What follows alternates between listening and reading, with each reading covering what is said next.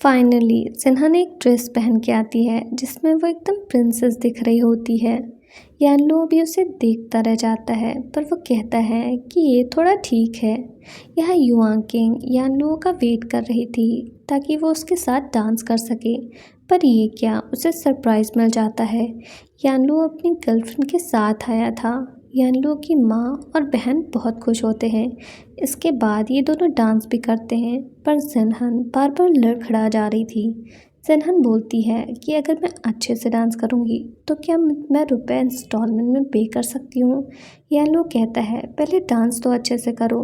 अब जिनहन का dancing mode on हो जाता है और वो एकदम ज़बरदस्त डांस करती है। सब इम्प्रेस हो जाते हैं। यह जिनहान यानलुओ की माँ को अपना नाम यूला बताती है जो कि उसकी फ्रेंड का नाम था।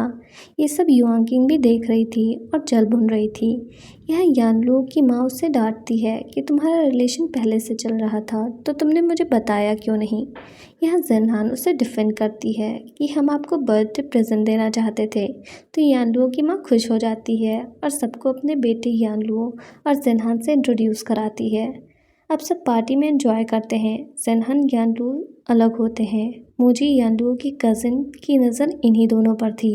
उधर जिनहान उससे पूछती है कि मेरी सर्विस कैसे थी। यानलू बोलता है कि बस ठीक ही था। जिनहन मुंह बनाती है फिर वो खाने पर जुट जाती है। वो मार्शमैलो खाती है जो कि बहुत ही टेस्टी था। फिर उसे फील होता है कि यानलू को भी भूख लगी है तो वो उसे भी देने लगती है।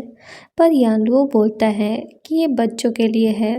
तो जिनहान उसे टेस्ट करने के लिए बोलने लगती है पर वो मना करता है। तो वो ज़बरदस्ती उसे टेस्ट कराने लगती है।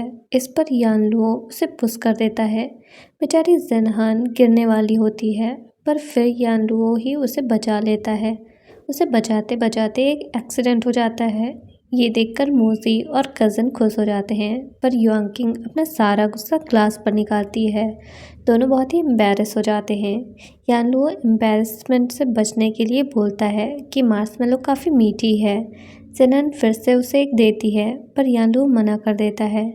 पर ये सब बातों में भी उन्हें ऑकवर्ड फील हो रहा था।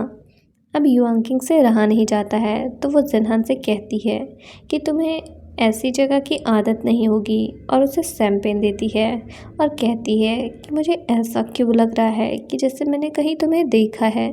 जिनहन कहती है नहीं तो ऐसा कैसे हो सकता है। फिर युआंकिंग यानलुओ से कहती है मुझे पता है कि आंटी तुम्हें गर्लफ्रेंड के लिए कहती रहती हैं पर इसका मतलब ये तो नहीं कि तुम कोई भी लड़की उठा लाओ। युआंकिंग कहता है कि ये अज्यूम मत करो कि तुम मुझे बहुत अच्छे से जानती हो, मुझे और भी काम है। कहकर वो जिस तरह जिनहन को ले जाता है युआंकिंग को तो आग लग जाती है। यानलू उसे वहाँ से ले तो जाता है पर ये दोनों वहाँ भी लड़ते हैं क्योंकि बिना लड़े तो इन्हें चैन आता नहीं था। अब यहाँ मोजी भी आ जाता है। वो यानलुओ से कहता है कि तुम मुझे भी इस बारे में नहीं बताए तो मुझे अपसेट किए हो। यानलुओ बोलता है कि ठीक से बात करो। वो ऐसा इसलिए बोलता है क्योंकि जिनहन तो कुछ और ही समझ बैठी थी। उसे लगा था कि यानलुओ लड़कों में इंटरेस्टेड है। मोजी अपने आप को इंट्रोड्यूस करता है और जिनहन से हाथ मिलाने के लिए आगे हाथ बढ़ाता है। जिनहन भी खुद को इंट्रोड्यूस करती है और हाथ मिलाने ही वाली होती है पर यानलुओ उसे मिलाने नहीं देता और मोजी को साथ आने के लिए कहता है। यहाँ यानलुओ का खुराफाती दिमाग तो कुछ और ही सोचे जा रहा था।